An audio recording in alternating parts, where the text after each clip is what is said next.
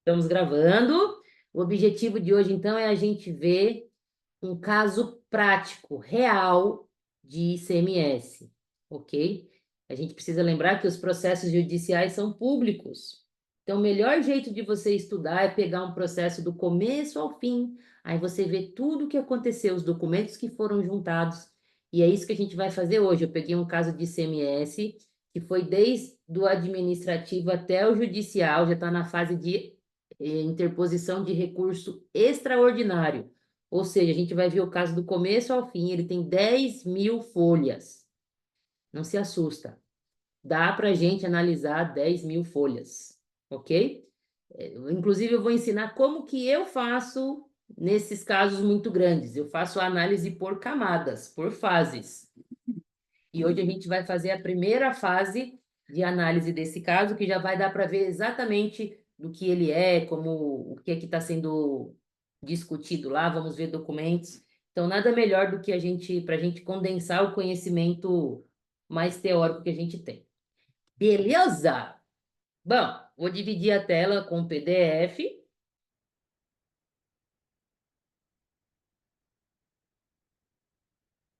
Que maravilha. Uhum. Aí eu aumentar um pouquinho a letra. Aí.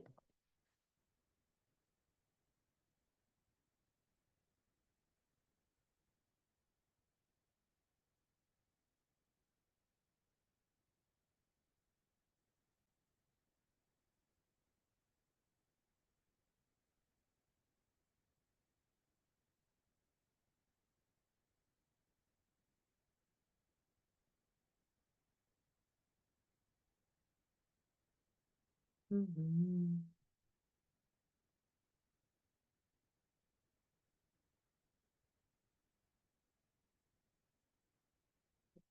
Bom, agora me interrompe, quem quiser interromper, tá? Que eu não vejo mais. Confirma se vocês veem um PDF e se dá para ler o que está escrito. Sim, dá para ler Sim. tudo. Então, o que que eu faço para analisar um caso? E eu faço isso em qualquer caso, inclusive nos casos que eu fiz a inicial, por exemplo. Eu leio de novo, do começo ao fim. Mas agora eu vou explicar para você como que eu faço isso, porque esse processo, por exemplo, tem 10.000 folhas. Se a gente for ler as 10.000 folhas igual a gente lê um livro, a gente passa sei lá quanto tempo só lendo um processo. Não é assim que funciona. A gente vai pegando o jeito, tá? E eu demorei para pegar esse jeito. Então, a primeira coisa que eu faço é, estou na folha um. Na folha um, a gente tem aqui a petição inicial. Ele é um caso judicial já. Como ele é judicial, a gente vai acabar vendo o processo tributário de trás para frente. A gente vai ver a parte judicial, depois vai ver o que aconteceu no administrativo, ok? Então já vamos, e aí, vendo esse processo, eu já vou repassar vários conceitos, não só de CMS, mas de processo tributário também. Então, bora lá. Primeira coisa, isso aqui é uma ação judicial, ó, aqui de São Paulo. Eu estou falando do tributo de ICMS, estadual, então faz sentido que seja juizado em São Paulo. Mas olha que interessante aqui, ó, essa ação não tem nome. Está escrito ação ordinária, com pedido de antecipação de tutela. A gente não precisa colocar nomes na ação.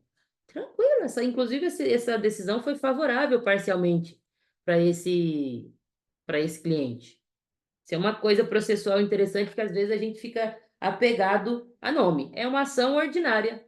Mas aqui embaixo a gente sabe que é uma ação anulatória, por quê? O objetivo dela é anular o crédito tributário. Percebe? Então, não precisou escrever ação anulatória aqui em cima. Isso já é uma coisa interessante. E por que que essa pessoa escolheu uma ação anulatória e não um mandado de segurança, por exemplo? Numa ação anulatória, se o contribuinte perder, ele tem que pagar honorários para outra parte. E olha assim, olha o valor desse imposto aqui cobrando, ó, 8 milhões, quase 9 milhões de reais. Gente, perder um caso de 9 milhões e ser condenado em honorários é uma facada, né? Por que que ele não escolheu o mandado de segurança, então? Que se você perder não tem condenação em honorários. A gente já vai entender por quê. Aqui não seria possível o mandado de segurança, porque ele é um caso complexo que precisa de perícia, tá? Mas vamos ir lendo aqui. Eu não vou ler na íntegra, né? Eu vou ir passando e mostrando as partes mais importantes. Então vamos ver aqui, ó. Eu gostei dessa petição inicial porque ela está bem sucinta, direto ao ponto. Aqui está com e parágrafos curtos, tá vendo? Ó? Linguagem direta. Vamos ver aqui o que que aconteceu. No dia 22 de setembro de 2010, foi lavrado o auto de infração número tal. 3, esse aqui, ó, 3133, blá, blá, blá. Beleza?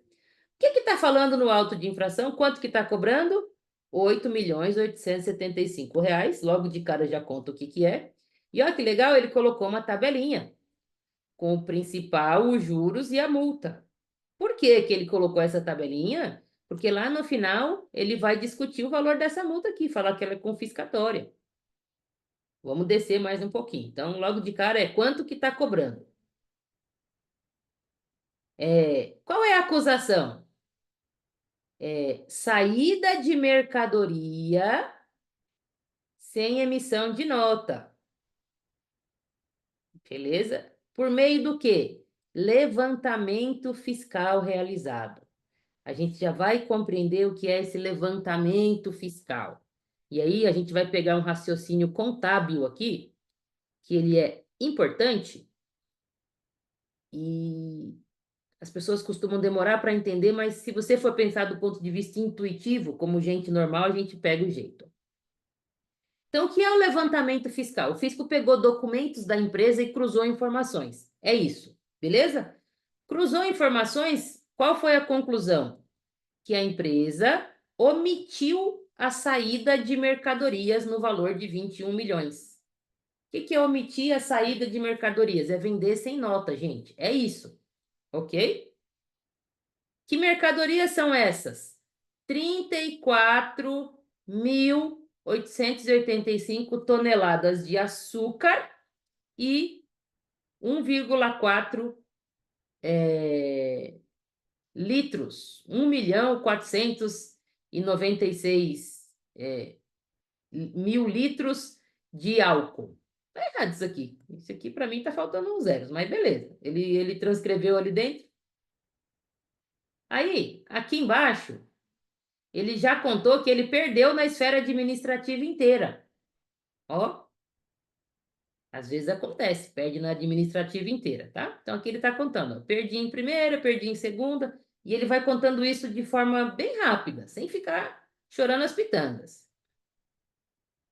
Muito bem, eu quero mostrar aqui uma parte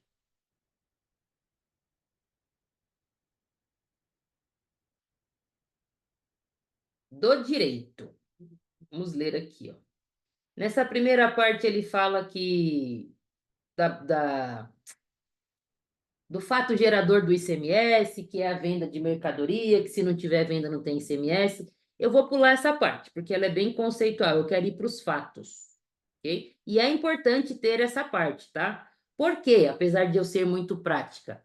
Desde a petição inicial, você tem que pensar que você depois vai precisar recorrer para os tribunais superiores, se for o caso. Então, tem que ter essa parte de conceitual, de direito e de princípios.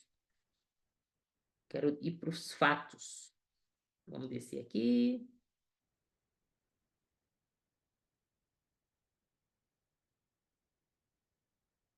Aqui, ó. Carambola. Carambola. Achei.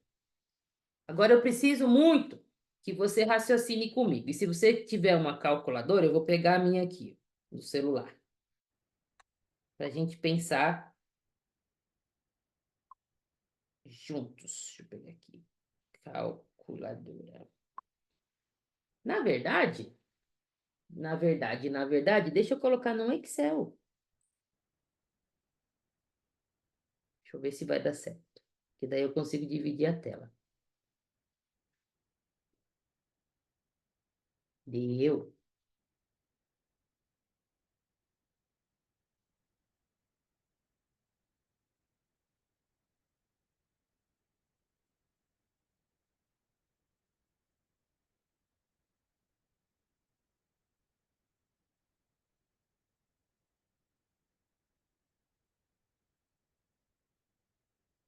Você chora, Dona do céu.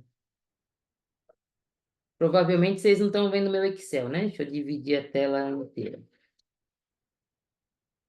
Agora vocês veem o Excel? Ah, Sim. fica quieto. Qual que foi a acusação? Ó, vamos pensar junto. Toda empresa que vende alguma coisa, se ela vende alguma coisa, qualquer coisa, ela precisa ter um estoque, tá bom? Então, ela tem um estoque no começo do ano e um estoque quando o ano termina. E esse estoque varia de acordo com tudo que entra a mais nesse estoque e com tudo que sai. Aqui, ó, o fisco falou o seguinte: ô empresa, você terminou o ano com 65 mil aqui, ó, estoque final. Ok? E no começo do ano, o seu estoque inicial era de 33.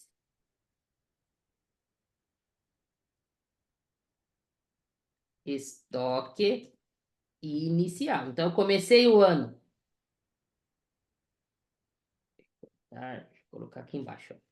Comecei o ano com 33.297 e finalizei com 65.552. Mas, no meio do ano, entrou não, eu produzi mais 151 mil toneladas de açúcar. Produção. Então, aumentou meu estoque. Além disso, entrou mais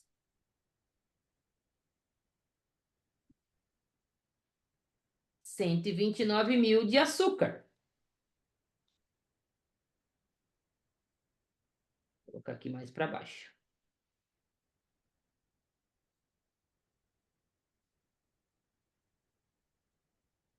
Beleza. E neste mesmo ano, saiu, ou seja, eu saiu 280 toneladas de açúcar. Ok? Qual que é a conta que o fisco fez? Vamos fazer aqui do ladinho, ó. Veja bem, empresa, você tinha 33 no começo do ano, você produziu mais 151, entrou mais 129 e saiu 280, então menos 280. Quanto que dá essa conta? Quanto que você deveria ter no estoque?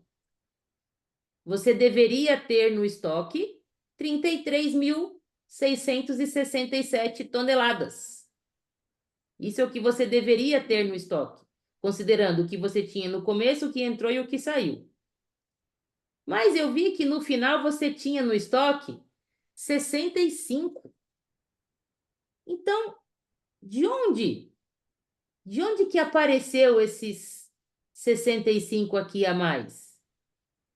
Que estranho. Não era para você ter tudo isso. Quanto que dá esse a mais? 65 menos 33. Ó. Não vai bater certinho aqui com o que tá, porque são números que depois está no laudo pericial, tá? Mas aí, o fisco fala assim, se 31 mil toneladas, aqui está 34, mas por volta de 30 e poucos, não tem justificativa, significa que houve omissão de alguma das partes aí. Porque de onde que veio isso? Certo, gente? Isso é o típico cruzamento fiscal que o fisco faz. Ele vê se tem lógica. As mercadorias que você tem em estoque, o tanto que você vendeu, ele cruza. Vamos ver agora os documentos que ele usou para esse cruzamento. Ó. Vamos voltar aqui. Vocês voltaram a ver o PowerPoint? Sei, tá vendo? Tá o texto agora. Isso, beleza. É o PowerPoint, não, desculpa, o PDF. Deu para pegar o raciocínio de como que você faz a contagem de estoque? Entrada, o que tem no começo, o que entra, o que sai, você tem que saber o quanto que vai dar no final. É uma conta de mais e de menos, tá? Bom, Basicamente, o contador esqueceu de afirmar para a empresa aí de contar direitinho, porque essa diferença é grande. Devia ter dito, não, a gente produziu mais. Dá para é, colocar na produção. Ô, rombo, viu? mas sabe qual que foi o erro dessa empresa? Ela, o estoque inicial dela era maior, porque um pouco de estoque ficava dentro da própria empresa e um pouco de estoque ficava em um depósito. E é bem comum mesmo. Essa galera de grãos, eles pagam depósitos para armazenar as coisas. Então ela tirou o estoque de dentro da empresa e colocou em outro lugar terceiro, de um terceiro e esqueceu de contabilizar isso, ok? Foi um erro. Por isso que ela ganhou uma parte desse auto de infração, tá? Certo? Ó. Aqui embaixo, gente, lembra que o que eu estou fazendo aqui é a primeira camada de análise. Na primeira camada de análise, eu não leio no detalhe. Eu vou pegando o jeitão da coisa para eu ver tudo que tem no processo. Só depois disso que eu vou ler o processo com calma. É assim que eu faço nos casos reais nesses 17 anos, tá bom? Então, beleza. Aqui eu já expliquei para você qual foi a acusação e qual foi o erro é, da empresa. Ela esqueceu de, de, de informar o Zangão do Céu que ela tinha estoque em terceiros, tá bom? Agora vamos olhar os documentos. Aqui, ó, tá vendo? Aqui ela está explicando, ó. Eu esqueci, ó, a diferença é porque uma parte do meu estoque estava em um recinto alfandegado lá em Santos. Ó, parte estava com terceiros. Ó. Um pedaço estava comigo, um pedaço estava com terceiro. Então foi esse o erro, tá? Aqui ela sempre faz tabela para ir demonstrando. Eu adoro isso, gente. Tabela facilita muito. Tabela, imagem, principalmente quando se trata de números. Vamos descer agora, que a gente vai ver os documentos que foram analisados. Ó, tabela. Gostei demais dessa petição inicial. Muito bem organizada, simples, objetiva. Tem o tamanho que precisa ter por ser uma anulatória, não dá para ser tão curta assim, mas dentro do possível ela foi bem certeira. Descer.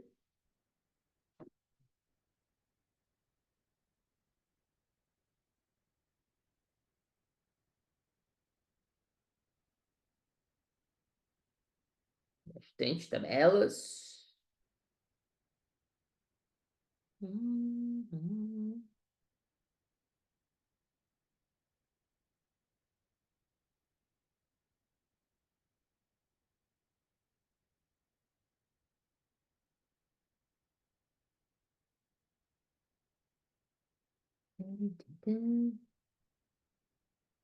Eu só não vou descer muito rápido, senão eu perco. Beleza. Bom, aqui é a guia de custos. Olha o tanto de custos, gente. 60 mil reais. Rapaz. Eu quero mostrar o auto de infração.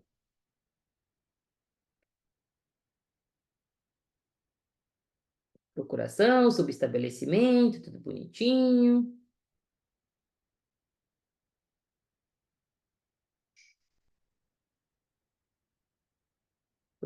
Isso daqui, ó. Isso aqui é importante. Ela juntou o seguro garantia, tá? Porque esse débito aqui provavelmente já foi objeto de uma execução fiscal também. E aí ela decidiu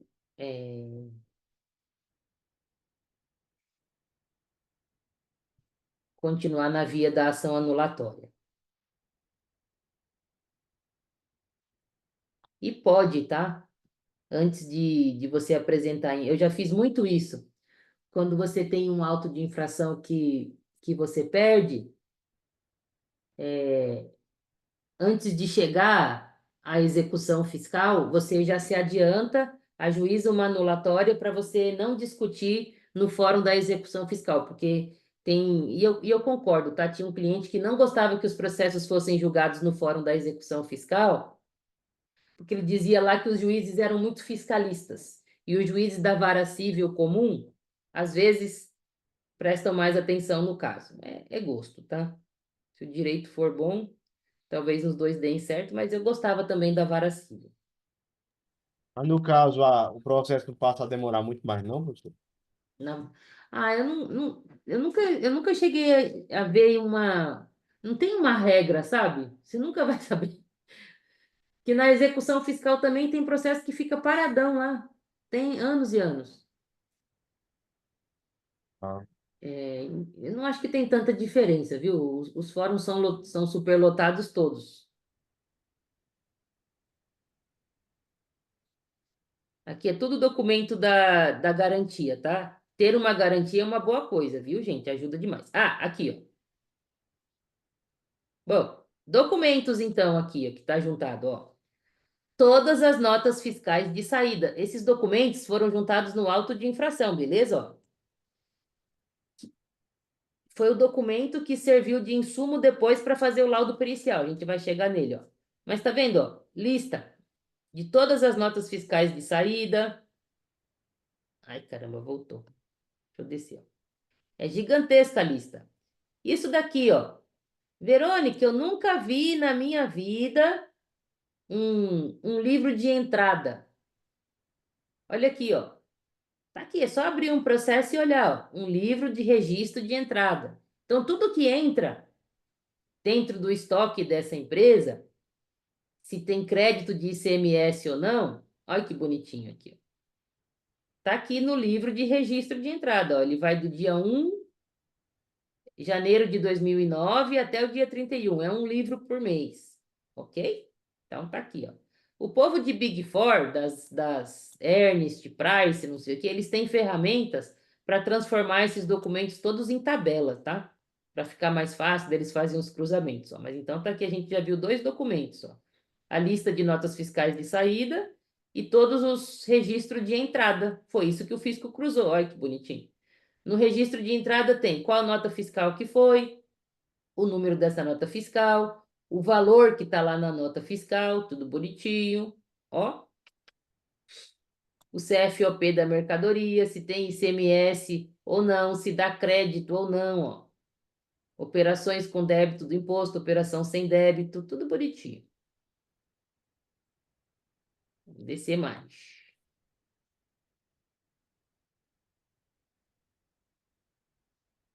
Esse aqui já é o livro de saída, ó. Tem o de entrada e o de saída.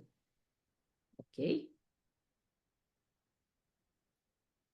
Então, nesse primeiro momento, é só para ver os documentos que tem. Aí, aqui, começa já a cópia das coisas que foram juntadas no processo administrativo. E isso é muito importante no tributário, quando a gente vai fazer alguma ação judicial, você precisa ler tudo que está no administrativo, porque é dali que você vai fazer sua petição inicial. Inclusive, muitas coisas, talvez você nem vai precisar criar. Muito argumento já vai estar ali, você só vai complementar. Beleza? Então, aqui são os documentos da esfera administrativa. Beleza? Bonitinho. Cópia de todas as notas fiscais, ó. Nossa, dá um trabalho fazer esses cruzamentos.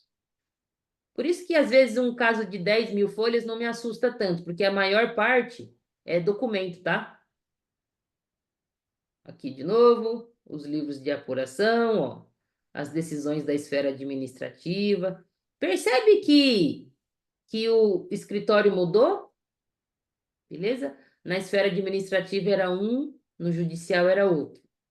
Então, aqui já vai uma outra dica. O seu contrato precisa estar bem amarrado. Porque se o cliente trocar de advogado no meio do processo, uma boa parte do serviço você já fez. Como é que você vai negociar seus honorários então? Isso precisa estar no contrato, tá bom? Bem bonitinho. Aqui. Na esfera administrativa, quem fez um laudo pericial foi a Price.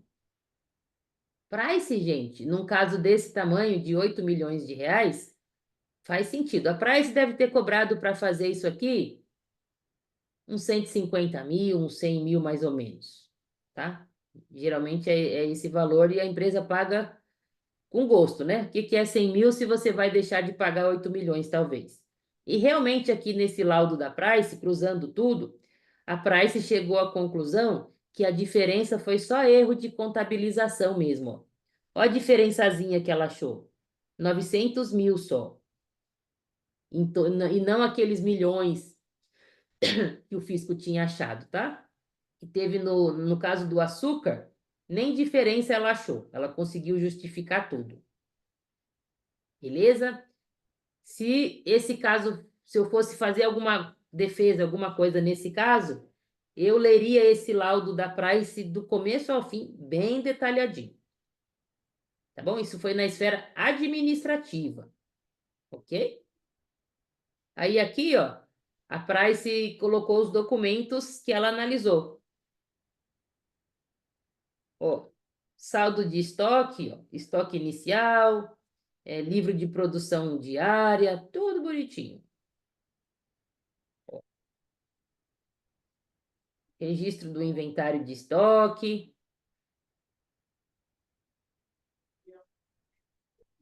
Ó, livro de produção diária da empresa. Vamos descer que aqui tem bastante documento.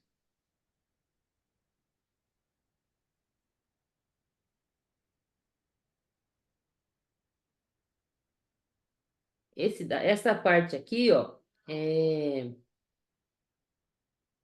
nota fiscal, certo? Muito documento. Nota fiscal e livros fiscais, ó. Tudo do laudo da Price ainda. Olha como é bastante documento juntado, ó. Mais nota fiscal. Um bocado de nota fiscal. Descer. Ó, brincando, já estamos nas folhas 4 mil. Por isso que eu faço essa análise rápida no começo, para eu ver o que eu tenho que ler de verdade. Ah, e quando eu estou analisando um caso para eu defender, eu vou anotando em algum lugar o número das folhas que eu tenho que ler, uma espécie de índice, tá? Então eu tenho que ler a petição inicial com calma, eu tenho que ler as peças do processo administrativo e eu tenho que ler o laudo da Price até aqui. Aí eu marco o número das folhas, para eu saber onde eu volto depois. Ó, documento, olha o tanto de folha que você já pula, ó.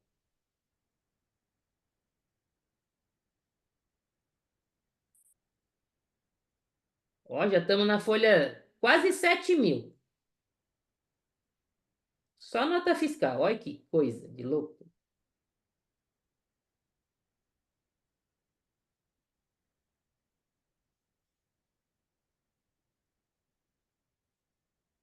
Professora, Oi? no caso aí, esse arquivo que a senhora está lendo, tá tudo junto no mesmo PDF da petição inicial? Sim, você pode chegar no site do tribunal e pedir para baixar o processo inteiro em um arquivo só. Ah, tá certo. Então, quando o advogado foi peticionar, protocolar, ele colocou lá os arquivozinhos. É a senhora que Separados. colocou num arquivo junto, né? Eu que coloco. Ah, tá E certo. essa primeira análise eu gosto de fazer assim, para eu não correr o risco de perder nada. É Entendi, um hábito entendi. meu, mas tem gente que gosta de analisar separado, tá? Não, beleza, não, beleza. Pensei que a pessoa tinha postado uma petição desse. Não, Rapaz, o bicho é doido mesmo. Aí eu de- vai perguntar para a senhora, rapaz, o juiz lê isso aí tudinho mesmo? não lê. Não tem como, né? Ele não lê. O juiz vai ler só o laudo pericial, tá? Que é o que interessa para ele. O resto ele não lê. Na verdade, o juiz não lê nada. Quem lê é o assessor, né? O juiz só assina. Já trabalhei dentro de vara, sei como é. Ó, já estamos na folha 9 mil. Aqui, gente, vamos pensar agora, ó. A gente está num caso judicial, ok? o caso judicial, foi pedido uma perícia, logo no começo. E aqui, ó, o perito judicial, esse Sérgio, ele fez o laudo pericial dele. E é um lábio, ó, um laudo contábil, ó. Cadê? Tá escrito aqui, ó. Pericial contábil. Por que contábil? Porque é um erro de escrituração, é contagem de estoque, então faz sentido que seja um laudo contábil. Agora, depende do caso, você tem que ver que tipo de laudo que é. Quer ver um exemplo? Eu já trabalhei em muitos casos que era de classificação fiscal de mercadoria. Quem que fazia o laudo? Era um contador? Não, era um engenheiro, uma pessoa que era especializada naquele tipo de produto, saca? Então, o tipo de laudo vai depender do caso concreto. Nesse caso, é um laudo contábil, porque a gente está falando de registros de nota fiscal, ok? Então, esse aqui é o perito judicial que se chama Sérgio, e ele fez o laudo pericial, tá? Veja que toda vez que você pede uma perícia, você tem que fazer as perguntas que você quer que o perito responda. O nome disso são quesitos. De onde que você tira essas perguntas da sua cabeça? Não, elas são estratégicas. Você tem que fazer pergunta cuja resposta te beneficie. Geralmente, esses quesitos, eles são feitos a muitas mãos.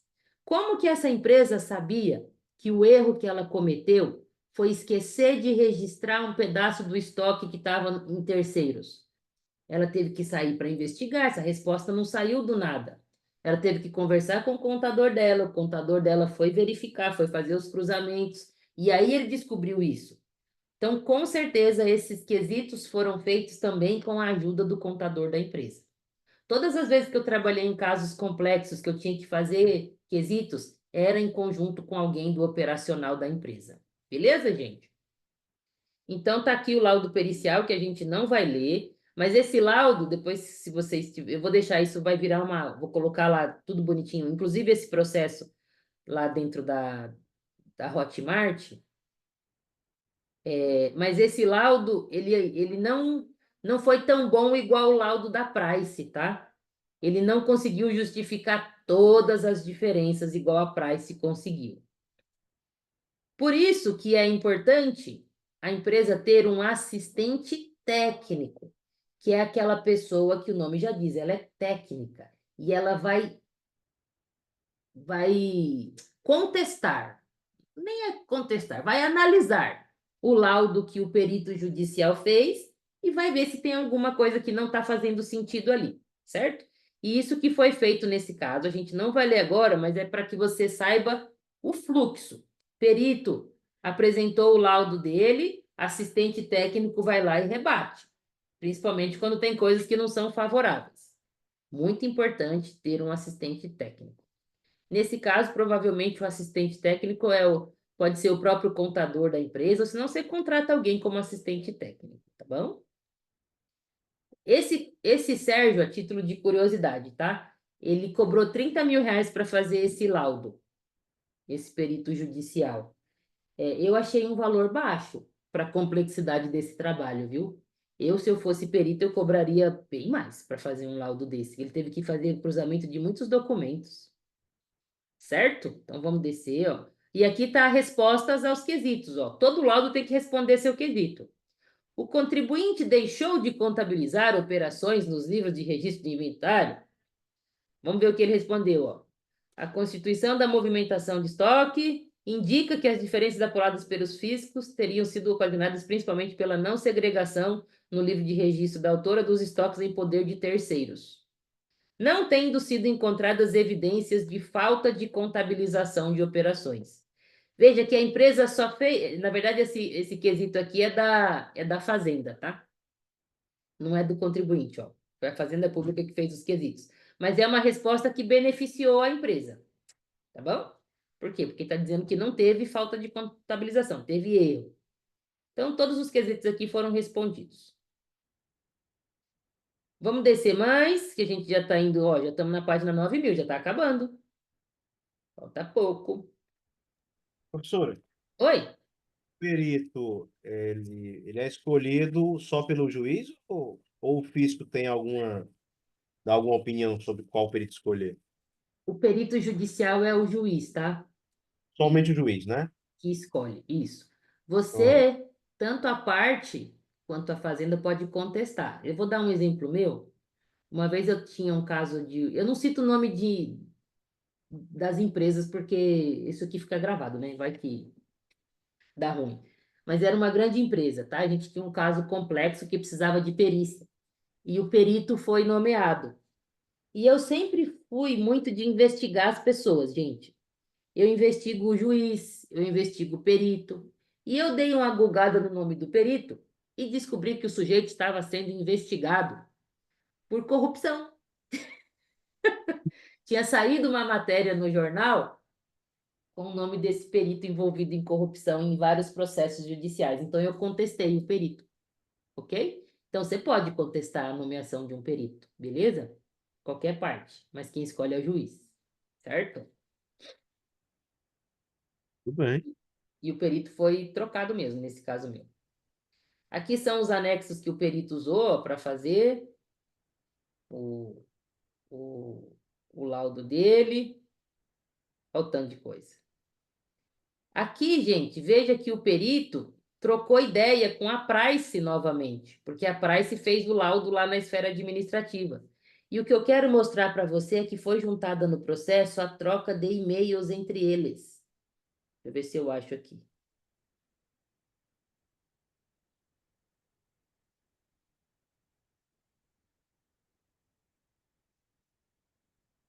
Essa é a última coisa que eu queria mostrar.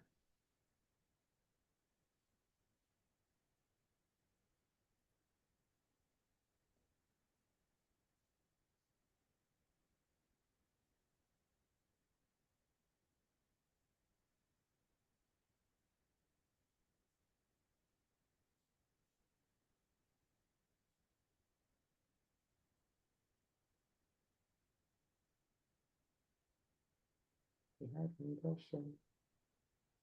Mas confia, em algum lugar, nada comprometedor, tá? Mas tem a troca de e-mails entre o perito judicial e a Price, onde ele pede documentos, ele pede esclarecimentos, e não tem nada comprometedor. Mas qual que é o meu ponto aqui? De carreira. Sempre formalize por e-mail. É muito comum, e isso já vem de muito tempo, de a gente falar por telefone, ou a gente falar pelo WhatsApp e combinar as coisas por ali. Terminou de combinar por ali, formaliza por e-mail. Sempre, sempre, sempre. Porque depois você tem uma prova se você precisar juntar, se vier. Vai que a Price não mandou os documentos que o cara pediu. Ele tem como provar, olha, eu não consegui fazer essa análise porque não me mandaram os documentos, certo?